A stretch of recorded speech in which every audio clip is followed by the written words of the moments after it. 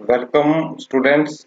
बच्चा पार्टी आपका एक बार से फिर हम स्वागत करते हैं फिजिक्स की इस क्लास में।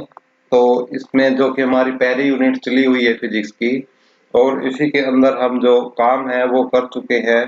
तो इसमें हमने दो एप्लीकेशन इससे पहले की थी, एप्लीकेशन नंबर 1 और एप्लीकेशन नंबर 2। आज करते हैं हम एप्लीकेशन नंबर 3। एप्लीकेशन नंबर 3 में क्या है, हम कोई भी फार्मूला है या कोई फिजिकल रिलेशन है वो ड्राइव करते हैं। तो हम आपको सिखाएंगे कि वो फिजिकल रिलेशन है आपको कैसे निकालना है, ड्राइव कैसे करना है। उसी बात को लेकर हम डिस्कस करेंगे। आप स्क्रीन पर देख चुके हो, ठीक है। तो उसी के तहत हम आपको बता देते हैं कि हम जो आर्टिकल आज का जो न्यू फिजिकल रिलेशन है, ये एप्लीकेशन है, तीसरी एप्लीकेशन है आपकी, उसी के ऊपर हम क्या है डिस्कस करेंगे, ठीक है। तो क्वेश्चन जैसे हम इसको एक क्वेश्चन ले लेते हैं इसको समझने के लिए। क्वेश्चन हमने ले लिया कि to derive the formula for centripetal force. Centripetal force के लिए हमने एक फार्मूला निकालना है। Acting on a particle of mass m, acting on a particle of mass m moving with velocity v in a circular path of radius r। यानी हम ये बोल सकते हैं कि जो फोर्स है, सेंट्रीपिटल फोर्स है, ठीक है, वो आपकी किन किन बातों पे डिपेंड आपका कर रहा है। एक तो जो जो फोर्स सेंट्रीपिटल फोर्स है आपका मास पे डिपेंड कर रहा है, ठीक है, मास पे डिपेंड कर रहा है। एक आपका वेलोसिटी पे डिपेंड कर रहा है, एक आपका रेडियस पे, ठीक है। तो इन्हीं को लेकर हमें क्या है डिस्कस करना है। तो यदि मैं बात करता हूं, मैं ले लेता हूं कि जो F है आपका, वो आपका डायरेक्टली प्रोपोर्शनल है मास के, और इसकी कुछ भी पावर है, हमें नहीं पता कितनी है, तो हम कितनी मान लेंगे, a मान लेंगे। ये हो जाएगी हमारी फर्स्ट इक्वेशन। फिर हम मान लेंगे, थोड़ा सा एक मिनट रुकिए, इसको हम थोड़ा सा साइड में करके सोल्व करते हैं। तो यहाँ सोल्व हम मान लेते हैं कि जो F है वो डायरेक्टली प्रोपोर्शनल है मास के, और कितनी पावर हमें पता नहीं है, वो पावर हम ले लेते हैं a। ये हो जाएगी हमारी इक्वेशन नंबर 1।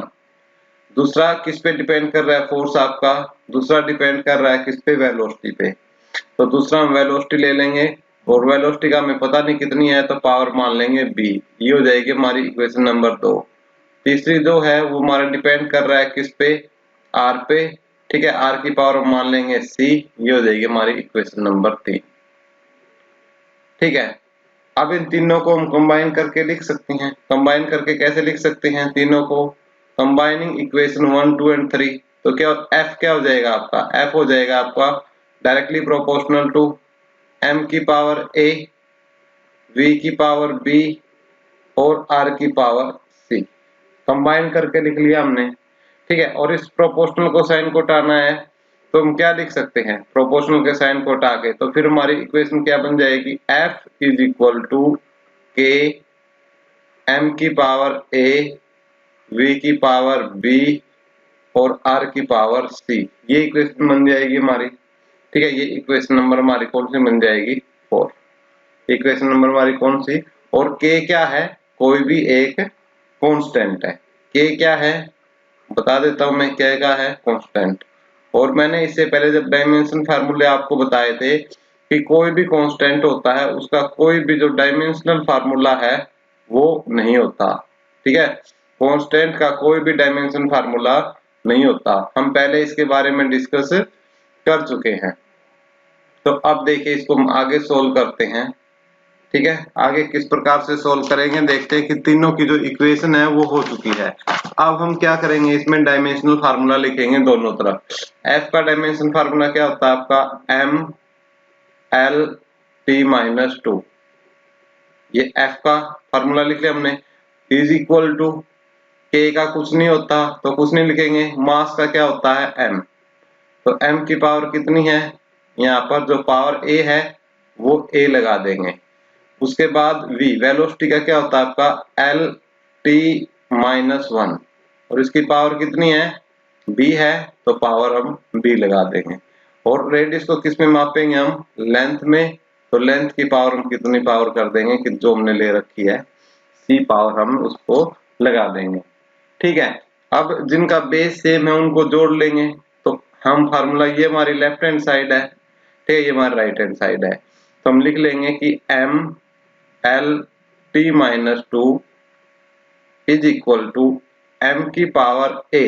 देखो और कहीं एम नहीं है तो इसकी पावर, और देखो यहाँ एल की पावर एक तो बी है और एक एल की पावर सी है, तो ऐड होके कितनी हो जाएगी, बेस सेम हो तो पावर क्या हो जाती है, ऐड। तो ये हो जाएगी आपकी कितनी, बी प्लस सी माइनस बी। ठीक है, ये होगी। अब आपको ये लेफ्ट हैंड साइड है और ये आपकी क्या है, राइट हैंड साइड है। इन दोनों को कंपेयर करके आपको ए बी और सी की वैल्यू निकाल लेनी है। ठीक है, जैसे लेफ्ट हैंड साइड में m की पावर, m को कंपेयर करा तो a की पावर कितनी आई कंपेयर करने पर 1, b प्लस सी को कंपेयर किया तो इसकी वैल्यू भी कितनी आई 1। उसके बाद माइनस b को कंपेयर किया, माइनस b को कंपेयर किया तो वैल्यू कितनी आई -2। इस साइड से दोनों किया तो माइनस से माइनस कैंसिल, b की वैल्यू कितनी आई 2। तो एक तो वैल्यू आई हमारी ये और एक वैल्यू ये आई। c की वैल्यू यहां से निकाल लेंगे तो यहां से c क्या हो जाएगा 1 माइनस बी, 1 माइनस बी। तो c की वैल्यू क्या आ जाएगी 1 माइनस 2 यानी -1, यानी c की वैल्यू कितनी आई -1। ये आई हमारी c की वैल्यू। बोलो भाई कोई दिक्कत है यहाँ तक? ठीक है, मैं दोबारा से समझा देता हूँ। तो तीसरा कैसे ड्राइव करेंगे, जैसे हमने एक एग्जांपल ले लिया, एग्जांपल में हमने लिया कि to derive the formula of centripetal force acting on a particle of mass m moving with velocity v in a circular path of radius r। तो हमने पता है कि जो फोर्स है वो किन किन फैक्टर पर डिपेंड कर रहा है आपका, एक तो मास पे, दूसरा वेलोसिटी पर और तीसरा पाथ ऑफ रेडियस, यानी जो रेडियस का जो पाथ है उसके ऊपर ये डिपेंड आपका कर रहा है। तो इसलिए हमने क्या ले लिया, F को ले लिया हमने कि F is directly proportional to mass. हमने पता नहीं किस पावर से कर रहा है तो वो हमने पावर मान ली कि A पर डिपेंड कर रहा है। V की भी हमने पावर पता नहीं तो उसकी B मान ली, C की भी नहीं, R की भी नहीं पता तो उसकी हमने, और तीनों को फिर क्या कंबाइन करके एक साथ लिख लिया M की power F is equal to K MA VRB RC। ठीक है, और कोई K क्या है, कांस्टेंट होता है, कांस्टेंट का कोई डायमेंशन फार्मूला नहीं होता तो उसको लिखने की जरूरत नहीं। फोर्स का डायमेंशन फार्मूला ये होता है। ठीक है, फोर्स का डायमेंशन फार्मूला क्या होता है आपका, ये फोर्स का डायमेंशन फार्मूला होता है तो वो लिख देंगे हम। उसके बाद मास का ये होता है, वेलोसिटी का LT-1 होता है और रेडियस को लेंथ में मापते हैं और इनकी पावर चढ़ा दी। अब पावर को अंदर कर लिया, यहाँ m कहीं और नहीं है तो m की पावर कितनी है a है तो वो लिख लिया हमने। यहाँ L 2 है, एक ये देखिए एक ये देखिए, तो एक की b है एक की c है, तो ऐड होके बेस सेम है तो ऐड होके पावर क्या होगी आपकी b प्लस सी। ठीक है, उसके बाद t कहीं और नहीं है तो t की पावर माइनस कितनी है b है। तो दोनों लेफ्ट हैंड साइड कंपेयर कर लिया हमने, a b c की वैल्यू निकाल ली कंपेयर करके और ये हमारा आ गया। बोलो यहाँ तक कोई दिक्कत हो तो? ठीक है, उम्मीद करता हूँ भाई यहाँ तक कोई आपको दिक्कत नहीं होगी। ठीक है, अब देखिए थोड़ा सा इसी में अपना करते हैं कि उसके बाद क्या है, ए बी सी की वैल्यू आ गई तो जो ये इक्वेशन नंबर जो 4 है हमारी इसमें वैल्यू पुट कर देंगे हम कि F इज इक्वल टू के m की पावर कितनी आई है, देखो a की पावर कितनी आई है आपकी 1 आई है तो एक 1 को लिखने की जरूरत नहीं। उसके बाद क्या है v है और b की वैल्यू कितनी आई है आपकी 2 आई है 2, और उसके बाद mvr है, r की वैल्यू कितनी आई है -1। ठीक है, तो और SI सिस्टम में हम k को हम क्या लेके चलते हैं, इस केस में 1 लेके चलते हैं तो F हमारा यहाँ से हो जाता है आपका mv² और माइनस पावर है तो वो नीचे आ जाएगा mv। तो ये हो गया आपका एक हमने सेंट्रीपिटल जो फोर्स है, सेंट्रीपिटल फोर्स है वो निकाल दिया यहाँ। ठीक है, इस प्रकार हमने इक्वेशन नंबर 3 का प्रयोग करते हुए, ठीक है, इसको हमने निकाल दिया। इसी प्रकार उम्मीद करता हूँ बात समझ में आई होगी आपको। छोटा सा एक एग्जांपल और ले लेते हैं इसको समझने के लिए ताकि ये चीज है आपके बिल्कुल अच्छे तरीके से दिमाग में सेट हो जाए। जैसे इसको समझने के लिए हमने ले लिया कि द टाइम पीरियड, क्वेश्चन लिख देता हूं मैं, the time period T, the time period T of A simple pendulum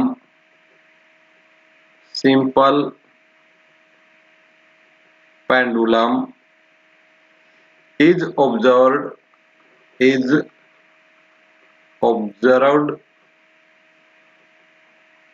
to depend upon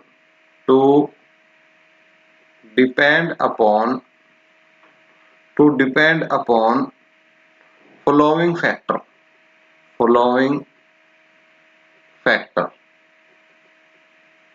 factor कौन सा है? एक फैक्टर दिया है इसने लेंथ ऑफ द पेंडुलम,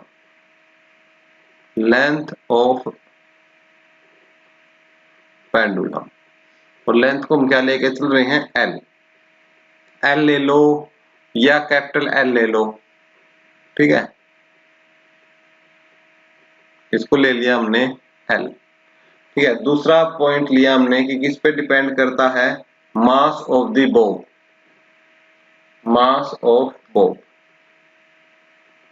और उसको हमने क्या ले लिया? एम। तीसरी बात हमने देखी acceleration due to gravity, acceleration due to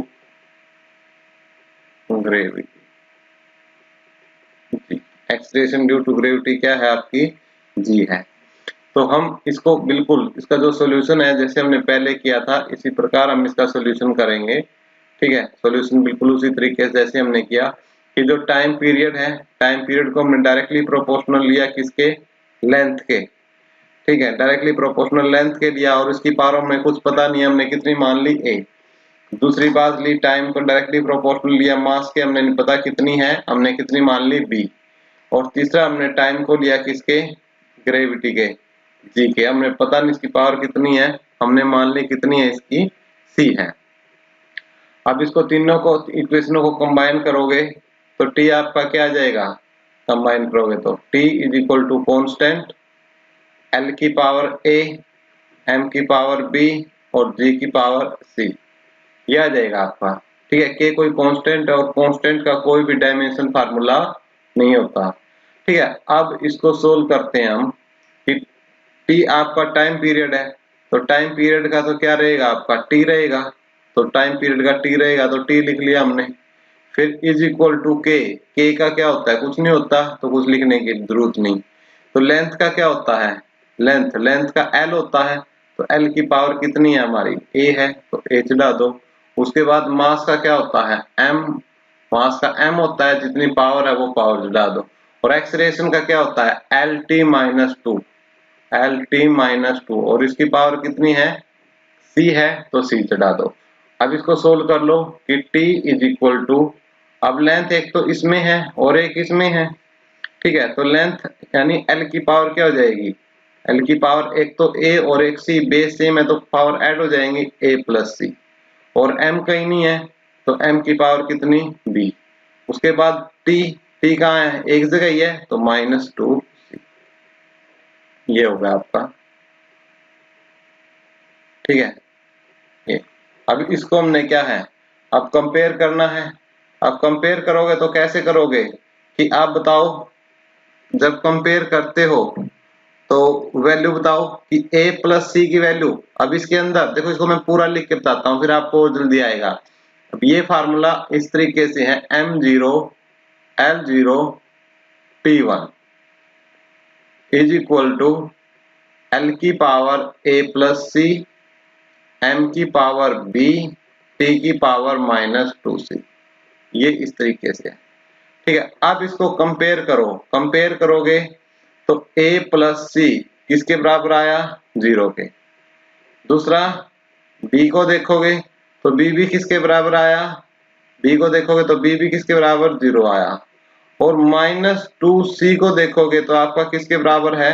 1 के, यानी c की वैल्यू कितनी आई? -1/2 आई, ठीक है। c की वैल्यू कितनी आई आपकी? -1/2 आई। अब यहां से आप क्या है? a की वैल्यू निकाल सकते हो इस इक्वेशन से, तो यहां से a क्या हो जाएगा? -c के बराबर, यानी a की वैल्यू कितनी आ जाएगी आपकी? 1/2 आ जाएगी, ठीक है। और b की वैल्यू कितनी आ चुकी है? 0 आ चुकी है। तो हमारे पास इक्वेशन क्या बनी कि भाई, हमारे पास इक्वेशन क्या बनी एक मिनट रुकिए, समझाते हैं आपको यहीं पे। ठीक है, हमारे पास इक्वेशन ये बनी कि हमारे पास a है, a की वैल्यू आई कितनी 1/2, b की वैल्यू कितनी आई 0 और c की वैल्यू कितनी आई -1/2। ठीक है, ये हमारे पास बन गया हमारा ये। अब इसी को हम इस इक्वेशन में यूज करेंगे, इसको इस इक्वेशन में, तो जो t है हमारा वो किसके बराबर आ जाएगा। ठीक है, ठीक है, t है हमारा किसी भी कोई कांस्टेंट के बराबर आ जाएगा।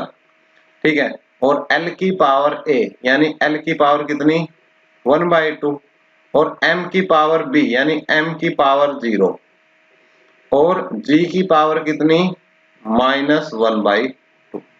किसी की भी पावर 0 हो, किसी की पावर 0 हो तो उसकी वैल्यू क्या होती है 1 होती है।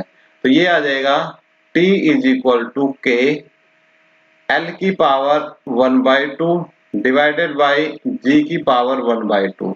ठीक है, और इसी को हम कैसे लिख सकते हैं, पावर को हाफ हो तो, और k की वैल्यू इस सिस्टम में होती है 1/2 तो वैल्यू पुट करेंगे तो t = 1/2 √L/G। तो ये हमारा फार्मूला हमने ड्राइव कर दिया यूजिंग कौन सा मेथड यूज करते हुए